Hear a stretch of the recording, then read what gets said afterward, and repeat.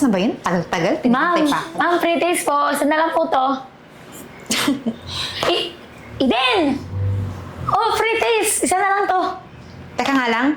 Stalker ba kita, ha? Hindi mo ko kilala? Hindi! Si Arian to. Klase po nung high school. Yung Arya na mahirap? Oo. Kaya pala hindi kita nakilala. Kasi yung kilala ko lang ng mga friends ko, mayayaman. May kaya sa buhay. Magaganda, mabango, sexy, malinis, maganda kutis. Ikaw? Kasi simula nung nagkasasi, nanay after ko graduate ng high school, di na kami nakakabili ng mga, alam mo na kung ano-anong mga kailangan sa katawan. Hindi naman ako magtataka kasi yung mga ganon, dun babagsak, hindi makakapag-aral. Kaya nga, ito yung trabaho mo, di ba? Oo, ito lang kasi yung tumatanggap ng ano ko high school graduate, ito lang talaga. Talagang yan lang. Promodizer. Nag-aalok ng mga pagkain para matikman ng ibang tao. Pero masarap to, gusto mo tikman? Lasa to, sa'yo ko na lang bibigay. Sa tingin mo, titikman ko yan? Hinawakan mo nga eh. Hindi, meron naman container. Hindi na uso ngayon yung kamay-kamay. May mga container na. Paano ako makakasigurado na malinis yan? Malamang, ikaw din naglagay ng kung anong pagkain nasa loob niyan. Alam mo, huwag mo akong gawing tanga. Mas matalino ako kaysa sa'yo. Kaya, oh my gosh. Kaya, hindi ka pinapalad eh. Kasi ang kitid ang utak mo. Hindi ka umasenso sa buhay kasi hindi mo inisip kung ano yung pwede mong gawin sa buhay. Tingnan mo ako. Oh, mayaman. Tingnan mo. Mamahalin yung damit ko. Galing sa Paris. Yung bag ko, galing sa Germany. Tsaka yung mga accessories ko, galing sa Amerika. Ikaw, anong meron ka? Ano pang mga pagmamalaki mo sa sarili mo? Yung kahirapan mo? Wala. Ang swerte-swerte mo nga eh. Thank you. Pero alam mo, pwede ba umalis ka sa harapan ko? May kikitain kasi akong mahalagang tao, mayaman. Pwede ba? Umalis ka na. Ang baho-baho mo, nakakahiya ka. Ayaw mo talaga try? Masarap to. Ano ba? Bingi ka ba talaga? Tanga o bobo? Sabi nga ayoko niyan. Tigas ang ulo mo ay hagis ko yung sa mukha mo. Sige. Mag-alok na lang ako sa iba. Alis! Nice to meet you ulit, Eden. Che!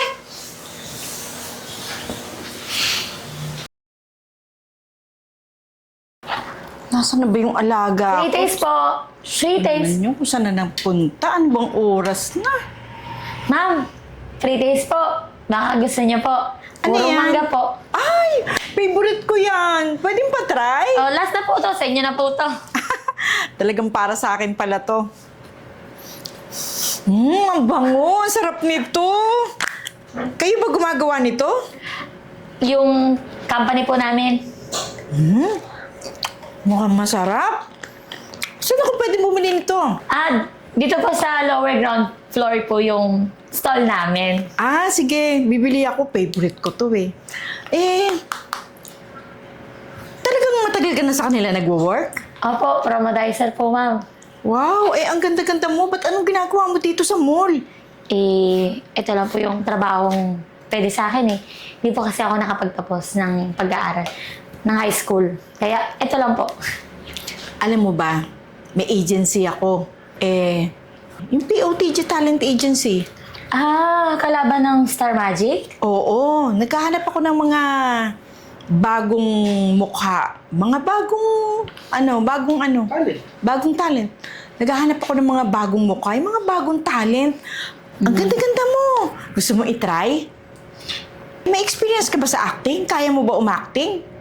Acting po? Oo. Di mo ba naisip? Kung saan nanggagaling pera pinapadala ko? Kung ilang pagkain yung hindi ko kinain, may bigay lang yun? Wow. Na-impress Pwede naman ako. ako. Pwede yun. Pwedeng-pwede. Punta ka sa akin? Saan po ba yun? Teka, bibigyan kita ng ng calling card para makapunta ka dun bukas. Eto ha. Antayin kita bukas, ha? Alam ko po to. Sige po, pupunta po ako bukas. Ah, Excited sige, na po sige. ako. Oh, sige. Sayang, ganda mo. Dito ko lang sa mall.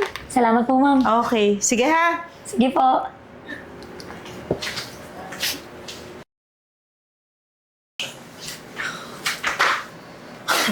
Look who's here. Bakit ka nandito? In-stock mo ba ako?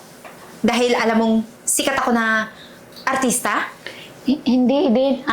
Pinapunta ako dito ni Miss Gina. Wow naman, Arian. Pati ba naman talent manager ko? Sinusulot mo para ano? Sumikat ka? Hindi, walang ganon. Sabi niya lang naman, mag-try daw ako. Ganon? Wala namang masama doon, di ba? Mag-try para ano? Ayun na nga, mag-try para sumikat. Magpapabibo ka, alam ko. Alam niyo kayong mahihirap, ganyan naman kayo eh. Kung alam niyo na yung isang tao, mayaman, susulutin niyo. Gagawa niyo ng paraan para malubog. I mean, para hindi na sumikat, para makuha niyo kung ano yung gusto niyo. Kasi yung mga katulad niyo, may mga squatter mentality. Alam mo yon, ha? Hindi naman sa ganon. Ang sabi lang ni Miss Gina kasi kung gusto ko daw kumita ng medyo malaki. Gusto ko din kasing bumalik sa pag-aaral para may magandang trabaho ko in the future, hindi lang promodizer. Ah, ang galing. So, nabilog mo talaga yung ulo ng talent manager ko. Pwede naman kang maging janitress dito kung gusto mo eh. Huwag lang maging katulad ko. Ano, papalitan mo pa yung position ko? Uy, si Miss Eden yun ah. Bako, magpapapicture ako. Pero, wait lang ah. Parang nagkakagulo ata sila. Kaya yun. Ha? Videohan ko nga. Sama pala ng ugali ng babaeng yun. Hindi. Alam mo ikaw, ang dami mo ng atraso sa akin ha? Pwede ba umalis ka? Kung ayaw mo masaktan.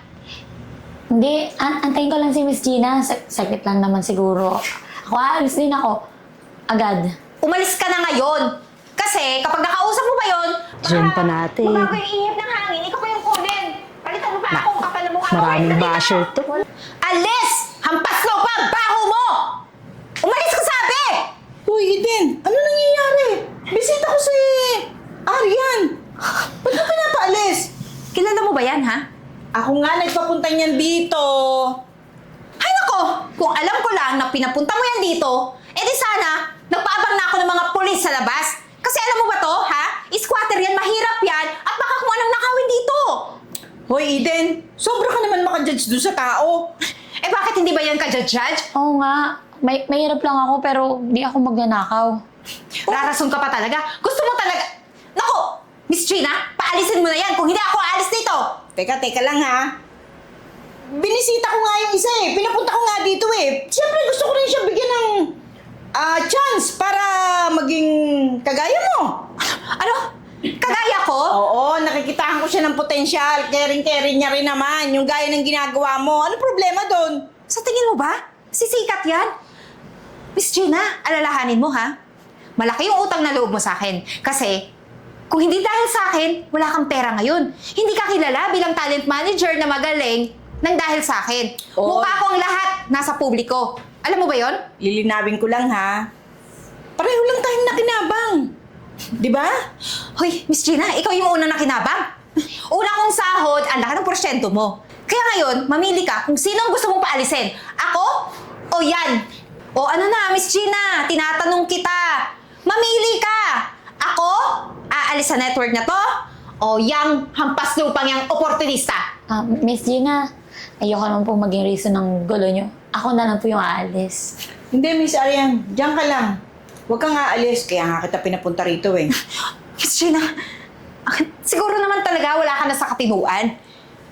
Talagang pipiliin mo siya kesa sa akin? Hindi ako sa wala sa katinuan. Ngayon ako nagulantang sa tunay na dapat. Alam mo ba, oras na siguro para kung gusto mo na umalis sa akin, okay lang. Para malaman ng ibang network kung gaano ka kasakit sa utak ko, kasakit sa ulo ko.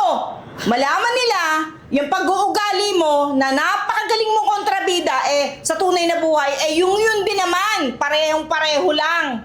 Kaya masakit nga ulo ko sa'yo eh. Sige, go! Kung gusto mong umalis. Well, kung yan naman yung gusto mo, sige, aalis ako. Sa ginawa mo sa akin, pagsisisihan mo, babagsak ka rin ng dahil sa babaeng yan.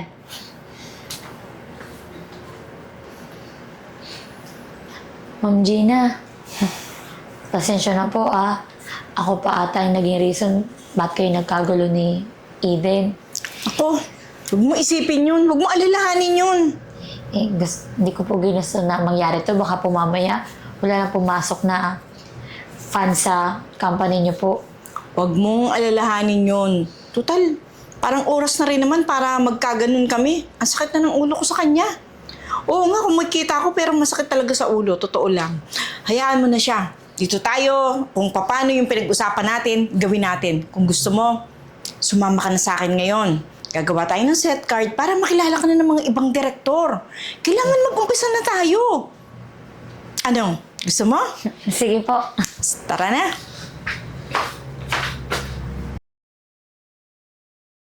Kumusta na ang aking favorite star? Okay naman po, Miss Gina. Paano naman magiging okay, ha? Ang dami mong endorsement, ang dami mong movie, pati teleserye, pinakyaw mo na. Ano pa? Ma'am Gina, kung hindi naman po dahil sa'yo, hindi ko mararating kung anong meron po ako ngayon. Utang na loob ko sa inyo kung ano po ang buhay ko ngayon. Kaya maraming pong salamat. Pareho tayo.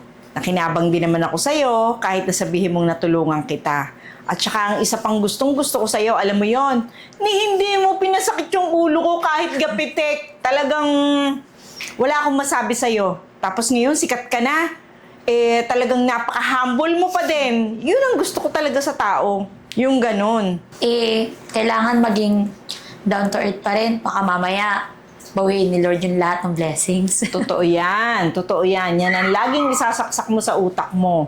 Huwag lalaki lahat ang ulo mo sa kasikatan mo. Oh, Ma'am Gina, Iten. pasensya na po ha. Talagang kakapalan ko na po yung mukha ko. Gusto ko na pong bumalik sa showbiz. Nung kasing malaki ako sa sarili ko na pupunta ako sa ibang network, hindi nila ako tinanggap. Kasi nga, may nakapag-post ng video na nanglalait ako. Kaya yun, nalaos ako. Kaya, sorry na ma'am. Pati Arian, sorry na. Sorry? Ano akala mo? Ganun lang kadali yun? Hoy! Isang sorry mo lang? Akala mo, makakalimutan ko na lahat? Di ganun umiikot ang mundo, Eden. Para sabihin ko sa'yo. Miss Arian, pasensya na talaga, sorry na. Pinagsisihan ko na talaga lahat ng ginawa ko sa'yo. Sa inyo. Kaya please, tanggapin niyo na ako dito. And scene. O, diba? Ang galing ko na, no? Ano ka ba?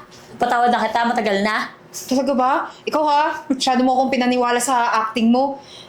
Talaga palang may potential ka, gaya ng sabi dati ni Miss Gina. Pero, Take note, ha? Hindi sumakit ang ulo ko dyan. sorry na po talaga kung tatanggapin niyo ako. Sisiguraduhin ko po na ibang-iba na ako sa dati. Talagang lumaki lang din yung ulo ko dati kasi kasagsagan ng karera ko, kasikatan ko, tsaka mayaman ako.